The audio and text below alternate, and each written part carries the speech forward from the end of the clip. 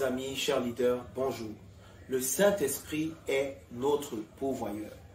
Dans l'évangile selon saint Matthieu au chapitre 6, à partir du verset 31, le Seigneur Jésus-Christ déclare: Ne vous inquiétez donc point et ne dites pas: que mangerons-nous? Que boirons-nous? De quoi serons-nous vêtus? Car toutes ces choses, ce sont les païens qui les recherchent. Votre Père Céleste sait que vous en avez besoin. Notre Père Céleste sait que nous avons besoin de la nourriture, nous avons besoin du vêtement, nous avons besoin du logement et de toute autre chose encore qui participe de l'équilibre vital d'un être humain. Mais alors, nous chrétiens, comment est-ce que le Seigneur fait pour nous donner ces choses? En réalité, comme au temps des apôtres, le Seigneur Jésus était leur pourvoyeur. Le Seigneur Dieu se servait du Seigneur Jésus, j'espère que vous comprenez, se servait du Seigneur Jésus pour pourvoir à tous leurs besoins. C'est l'école de la dépendance à Dieu. C'est l'école de l'abandon total à Dieu. C'est l'école de la soumission totale à Dieu. Personne ne vous appelle à être un fainéant ou une fainéante.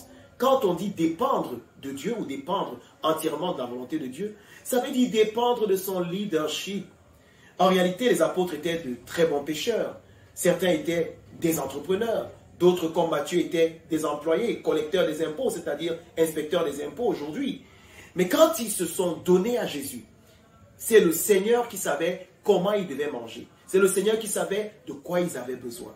Aujourd'hui, plusieurs chrétiens passent à côté du plan de Dieu parce qu'ils veulent pourvoir à leurs besoins par leur propre intelligence, par leur propre force, par leur propre sagesse. Dans le livre du prophète Ésaïe, le chapitre 11, il nous est dit que le Saint-Esprit a 7 dimensions de sa révélation. Il est l'esprit de sagesse, il est l'esprit d'intelligence, il est l'esprit de conseil, il est l'esprit de connaissance, il est l'esprit de force, il est l'esprit de la crainte de l'Éternel, il est l'esprit de l'Éternel. Et dans le psaume 111, et le verset 10, David dit: la crainte de l'Éternel est le commencement de la sagesse.